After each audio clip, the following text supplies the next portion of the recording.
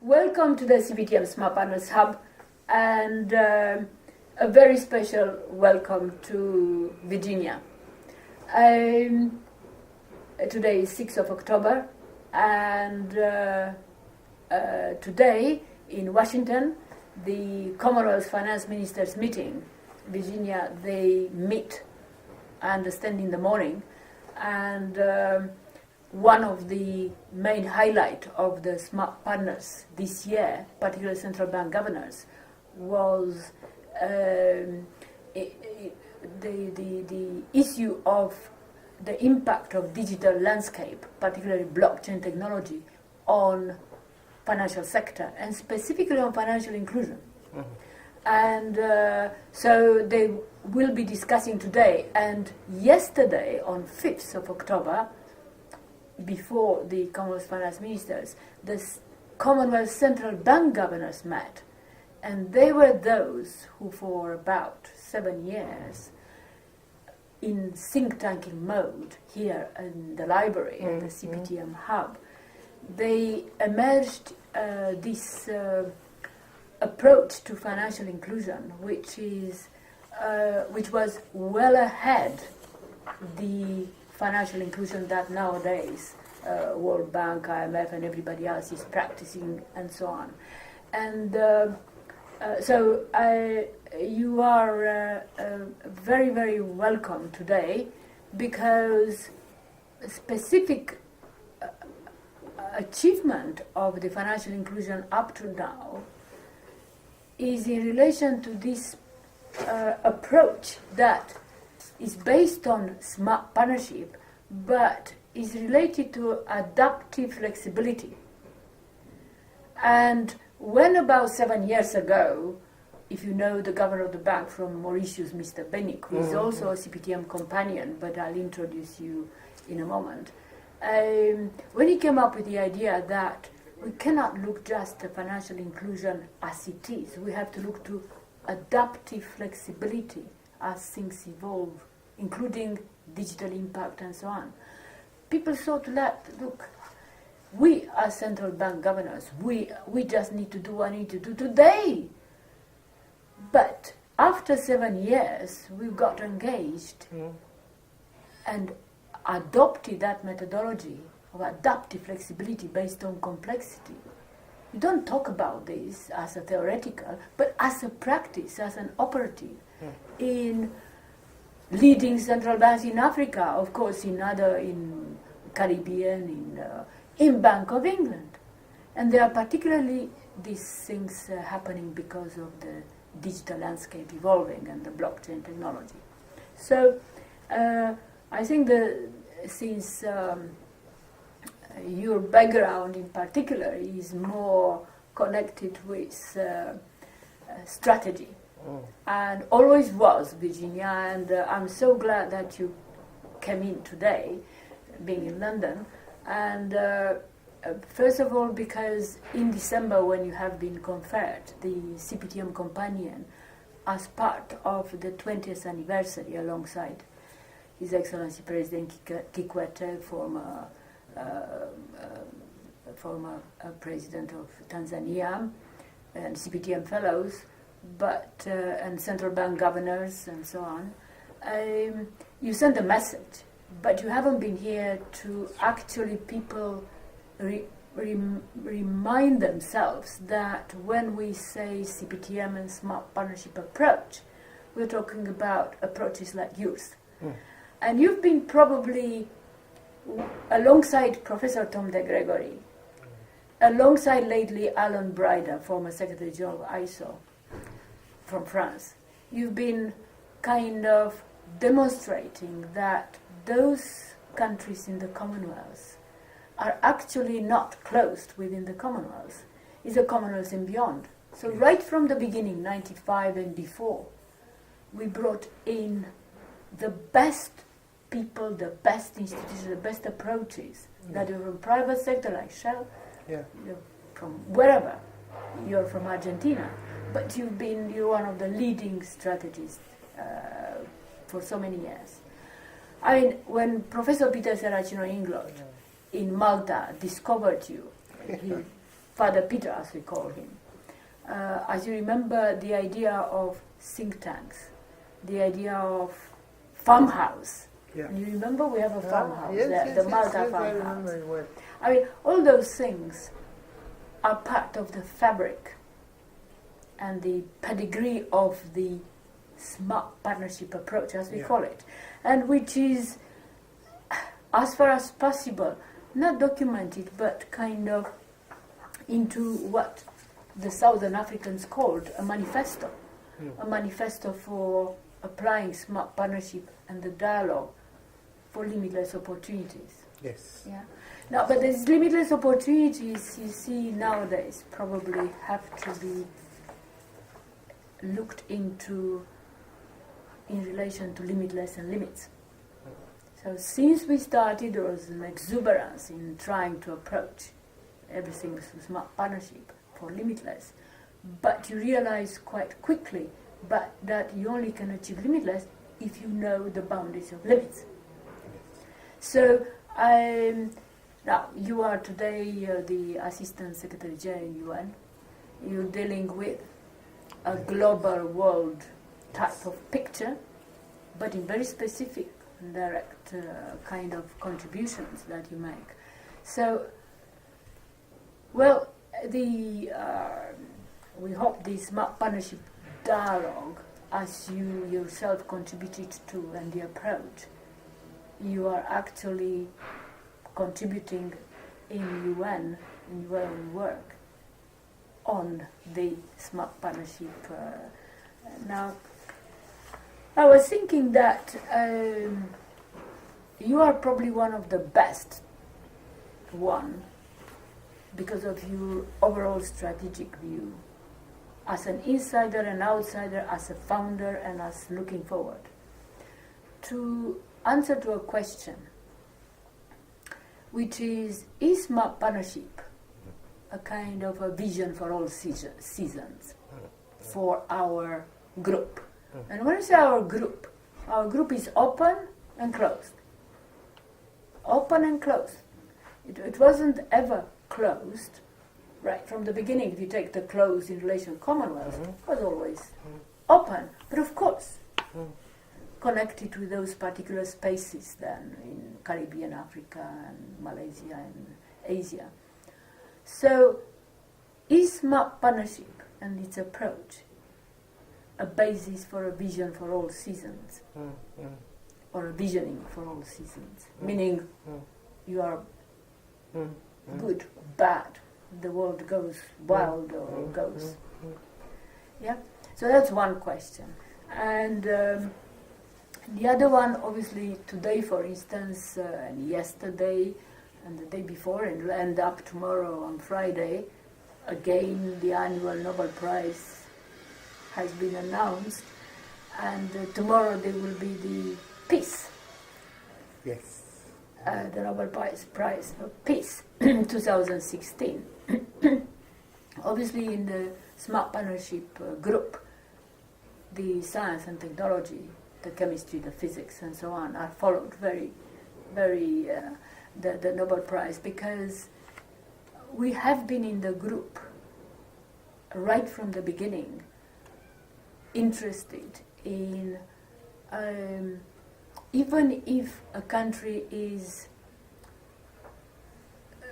perceived as very poor and maybe should only deal with water pumps, they should be, because of that, even more so, be aware of the latest developments on science and technology, which could assist them to overcome the kind of poverty, and so that they don't continue to use just water pumps. They may use carbon fibers. They may use latest. So in that sense, the Nobel Prize, the latest, the best science and technology that is evolving, is of a great interest to us, with all its impacts and so on. So we achieved, I think, this. So very happy that today, because of the finance ministers, because of the Nobel Prize, because you are here, you are able to give us a few ideas about what you thought thank about you. the last 20 years. Well, thank you very much, Michaela. Really, it's such a pleasure to be back in the fold, back in the library. I sometimes dream of this library. It's the only safe space to talk and to think outside the box. It always has been, and hopefully will be so for many years to come. And it's wonderful to talk to the colleagues. I seldom have the time to stop over. I really don't come to the United Kingdom very often. I am based in New York, and it's, like Michaela said, mostly United Nations peace and security work that I have been engaged in the last years. But I can answer the questions that you have put in a roundabout way. The first one is I was very lucky to have learned through the continued association with you and with the Smart Partnership movement, a different way of thinking. And I have been able to apply that way of thinking, smart partnerships, dialogues, engaging not necessarily actors from a close environment, but bringing actors from other environments into a discussion that perhaps they thought they did not belong in. That's it. And I've been doing it for years, ever since I met you and I formed part of this movement. So I really attest to it. It works. But I think more importantly, more than it's a good practice, and that it works, and that it makes you more efficient, and it makes you more creative, and it makes you reach solutions that you thought were impossible to reach just by applying the smart partnership way of thinking. I also think today that when we started with this, we were talking of the future. But I know today that that future has arrived, and we're now in a society, globally, a global, if you want, society, that is desperately trying to build smart partnerships. Yes, because incredible. what they had before, their past partnerships, their close environments, a traditional way of doing things in a very compartmentalized manner, did not work for them. In fact, it worked for nobody. We knew that 20 years ago, but I think now, we knew that. But it's like talking about this is a foresight, this is what you will need as a tool to do human business in the 21st century. And I think today, I feel that's exactly what happened. Whether governments or private sector or civil society like to work together or not, it's immaterial, they have to. There's just nothing else for it, they have to. There are many ways in which the international community is using smart partnerships, although I think they don't realize they're doing it. And this is something that perhaps we should consider on how to explain to those that are actually doing smart partnerships. Give it a name. Sometimes you're doing something that has no label. There's no language. And we've had a label without the full international community acting on it. But now it's time for us to help them label what they have found, sometimes stumbling through, that was of use. Today, you were mentioning today the finance ministers' meeting in Washington. You also mentioned that this is the week of the Nobel Prizes, but this week also today is a very important day in the United Nations because today the UN is trying to find a new Secretary General to take over the organization and lead it into a future that is very rife with uncertainties. And what is so interesting about that future, that the new Secretary General, whoever she or he is, and there's a number of 10 candidates that are running for this. Already we know 10. Already 10. By the end of the month, we will probably know who the new Secretary General is. Almost all the questions posed to the candidates are: how are you going to handle this very complex international situation that is arising.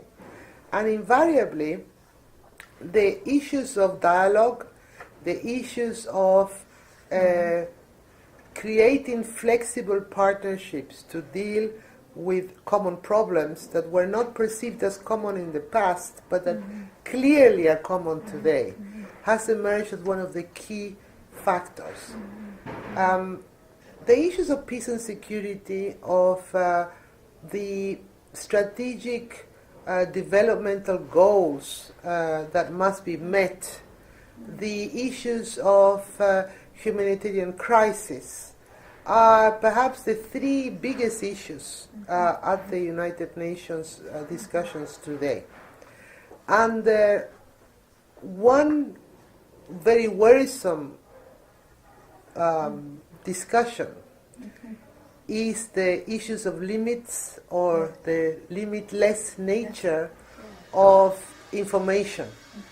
And the whole idea of digital technology, the whole idea of data, the whole idea of statistics, the whole idea of trying to find solutions that are non-invasive and yet protected. It's very similar to what we're discussing today. 20 years ago, if we had to do surgery, mostly had to do with general anesthesia, and it was very invasive. Today, technology has developed in such a way that if we need to do an operation, we might have the choice to do a very limited, non-invasive intervention because we have the technology for it. So clearly, there are things that technology brings to us on a daily basis that I agree with you entirely, particularly in less developed countries like my own, for example. You don't need to go the slog of getting there in a traditional manner, because you have every day new technologies that allow you to jump and jump start and get there faster, and sometimes a lot more cheaply and in a more environmentally conscious way in the first place. So there are much more options for us. But there are dangers as well. There are. And these dangers, I think, relate to what possibly, if I was a financier or I was a Minister of Economy, I would worry about. Because there are,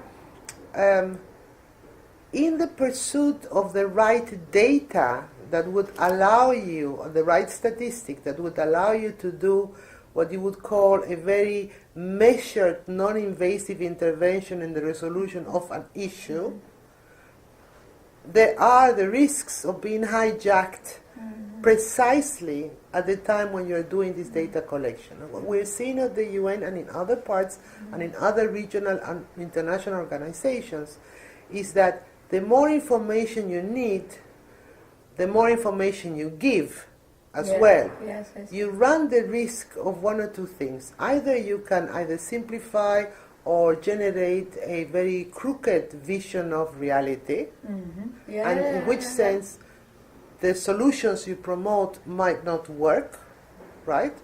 But in the other one is opening yourself up to a different type of attack. When I say the word attack, I'm using it very judiciously, and it is judicious. The problem of the proliferation of crime, the problem of the proliferation also of, if you want, data capturing crime, the easy way in which you can manipulate through electronic means existing information is well known to all of us. We're all aware today that our identities can be stolen, that these things can happen. But when you add to that big new international challenges like that of weapons of mass destruction, the proliferation of weapons of mass destruction, the proliferation of acts of terrorism at global level that sometimes take on a local mean, it's something that worries many people today. You're trying to say, what type of information do I need to prosper?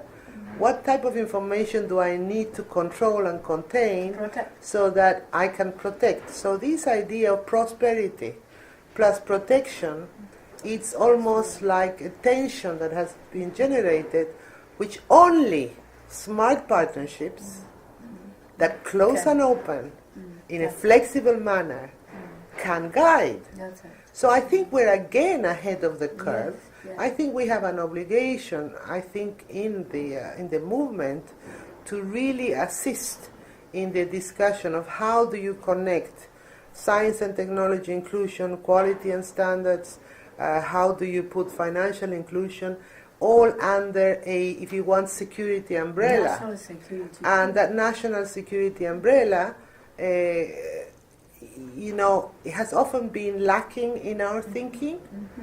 Today, it's almost at the core of it. It's if you cannot convince people that it makes sense to have partnerships that are very inclusive in the discussion of these very specific issues, perhaps you can be convinced that it's in your national security interest to do so. That's it. That's it. And so I am very happy to be here on a week where I think everyone today recognizes that inclusion, that unusual, if you want, partnerships, unusual in its day, today usual, are becoming the norm, and that the smart partnership way and the smart dialogue way, perhaps the visioning that we entered in our movement, are at the core of it. They are the name that the process should have. Yes. So perhaps now this is the time when we should think on how to. No, I think help this is what we're ready to be in December, when everybody was reflecting about not the last 20 years, but the next 20 years, so to speak, or the next years. I mean, this is the kind of thing that we were discussing, and President Kikwete particularly was very proud of having actually done that dialogue in Dar es Salaam when he was president, and where he allowed, for the first time, to have all these various central banks, Bureau of Standards, national statistics, not in a conference mode, but in actually a dialogue which implied there was a connection among all of them, that they were leaders, past leaders, didn't matter. They were top people in digital landscape there. Yes. And he was very proud of that. I mean, he should be. And he was proud not because of the fact that the dialogue was, you know, Bill Clinton sent a message to them about, did I tell you that? No. Not that it is extraordinary, but the fact that people picked up, as you said, they pick up this smart partnership idea. Yes. And, you know, if you are Bill Clinton, he's very well known as being an extraordinary communicator. So in 2 minutes, he said what is smart partnership into all this book that we say, the manifesto. He said in 2 minutes.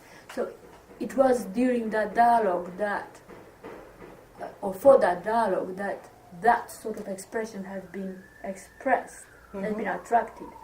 So we realized that there has to be a new kind of platform which takes forward all the wisdom that has been done.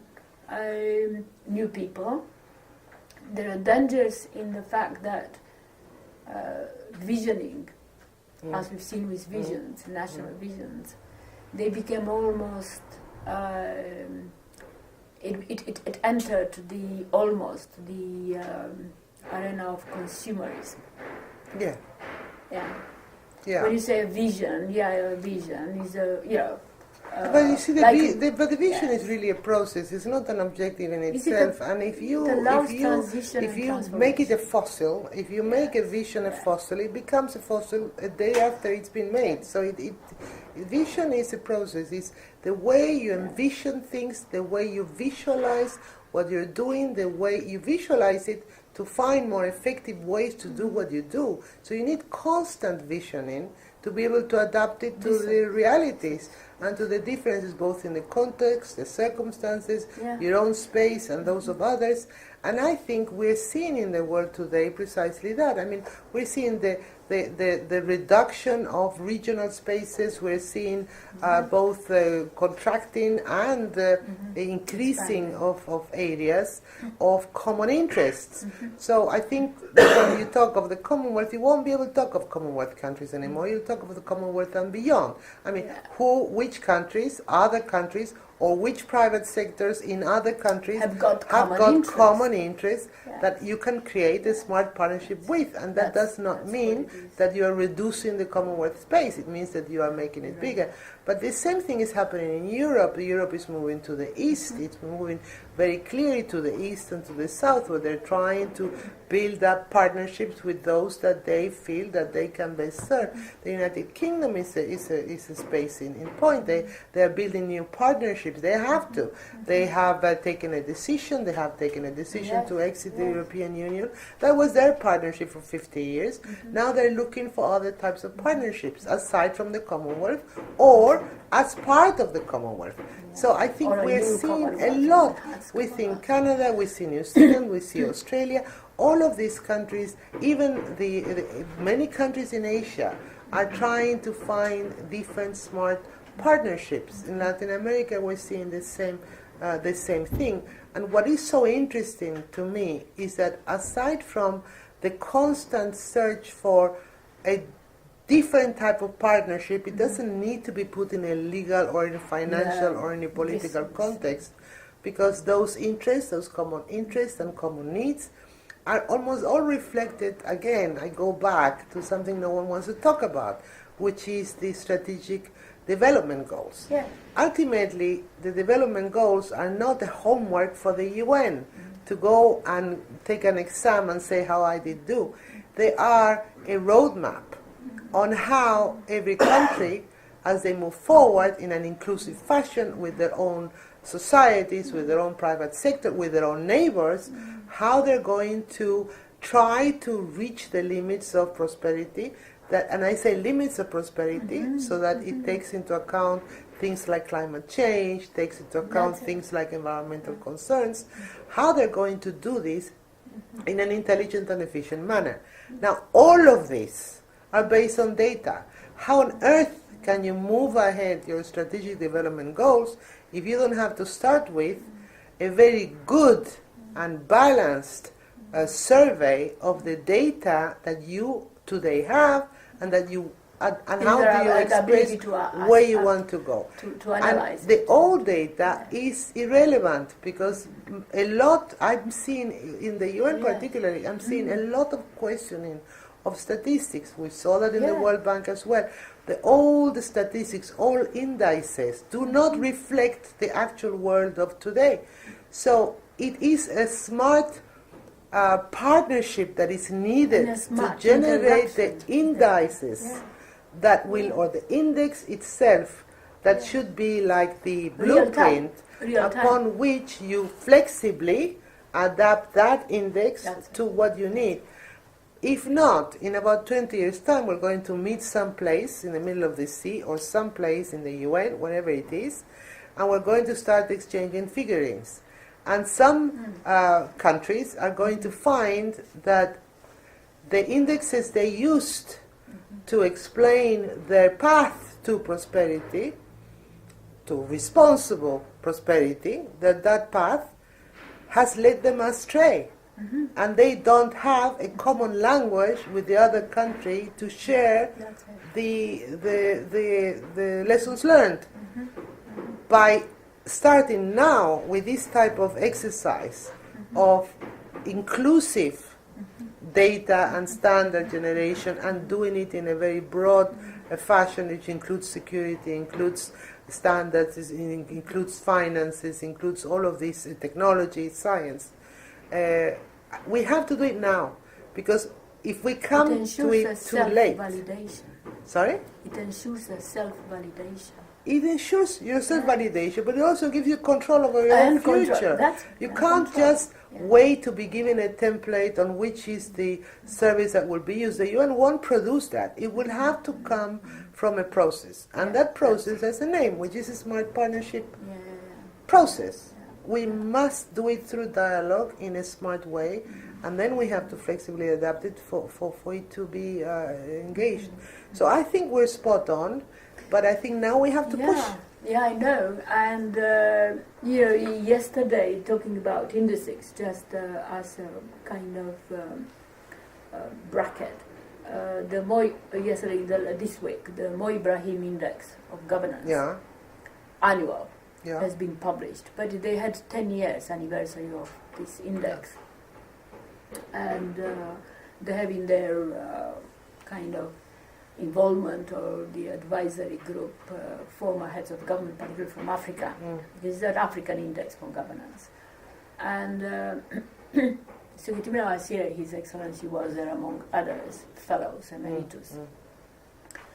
And actually, they just had in Botswana 50 years anniversary on Friday. Hence, we have here the Botswana flag, the Botswana books, the message we sent to Botswana from the CPTM Smart Partnership Movement and all the rest of it, which were very well appreciated. But it was also in relation to their 20 years of visioning, which they had as a milestone, 50 years of independence, Vision 2016.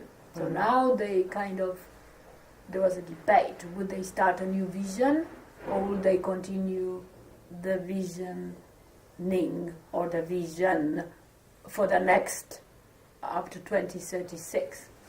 So the issue actually you realize in practice among people is not yet clear about what is that visioning, is not made explicit.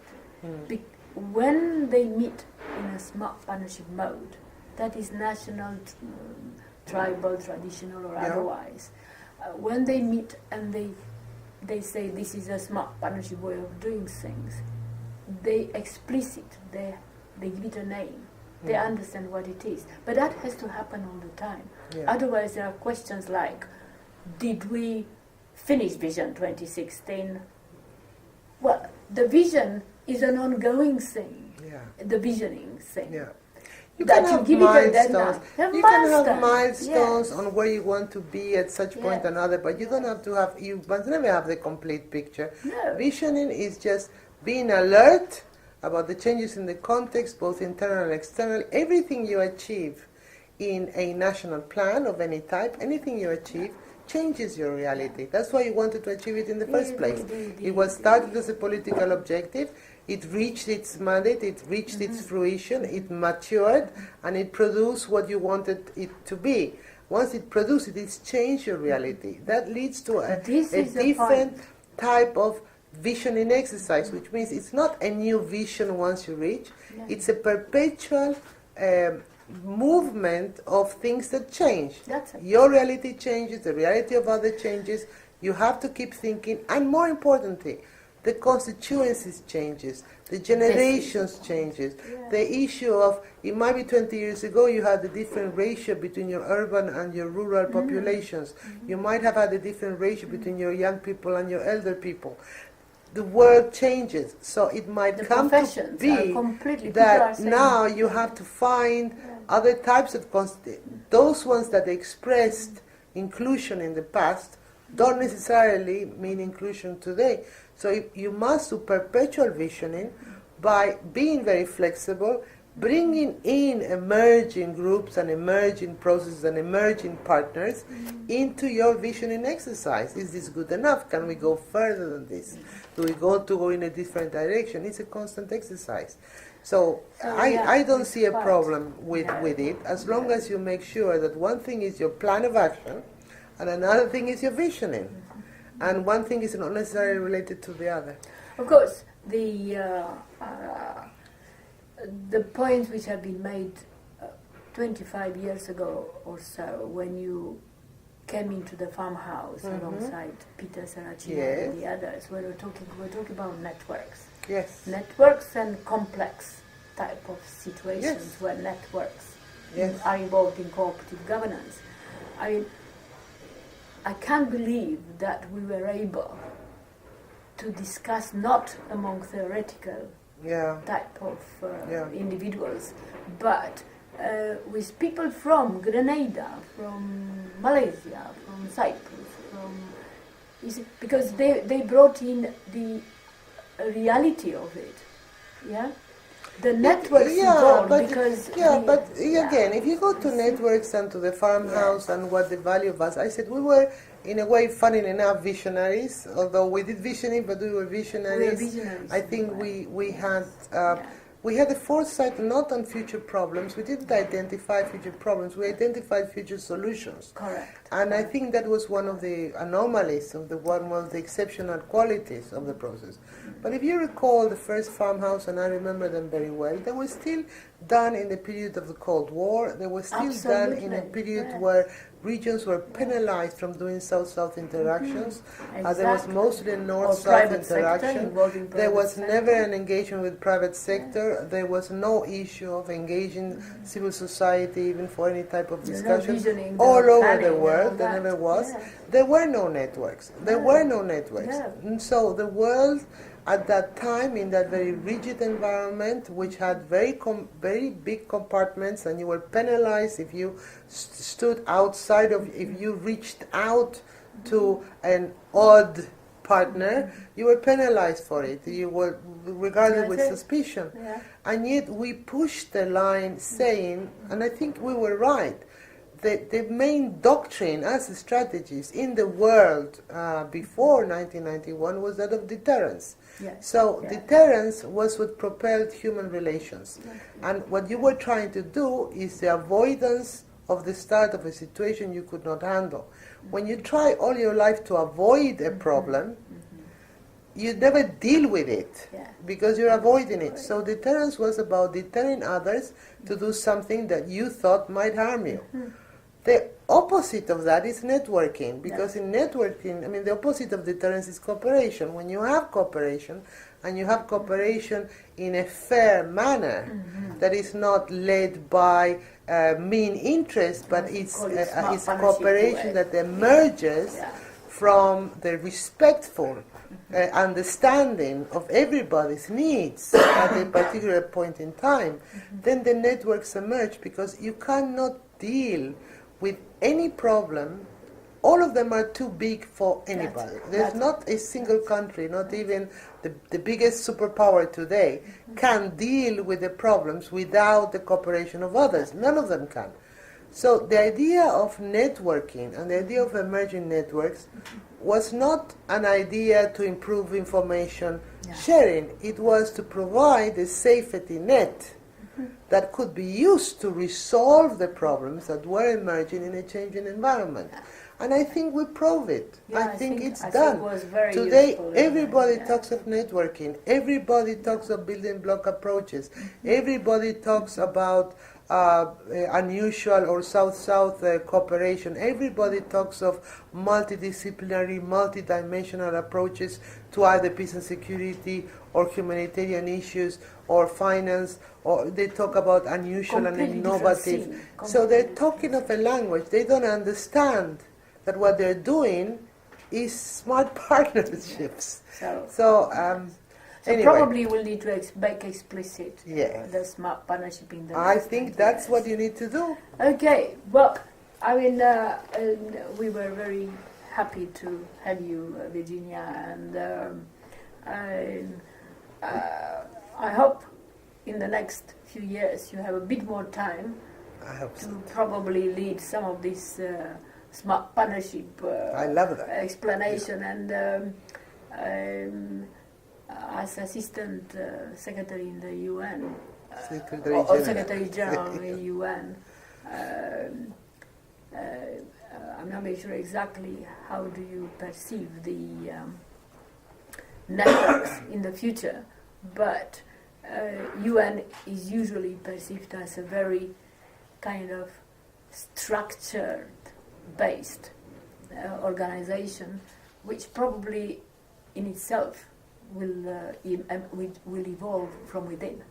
It will, and I'm sure the new Secretary General will have a mandate to lead that type of reform, and I'm also sure that the way the UN is considered today will disappear. It will be a different Will type evolve of... when you I'm sure it will, and I'm sure it's going to be a network of regional organizations, and in a smart partnership way, they will be able to do the job without having to duplicate what everybody we wish does. you all the best, and Thank you so hopefully much. we'll have you again here Thank at the you house. so much. So Thank thank you, you very much Michaela. for very interesting insight of a different type. Thank you.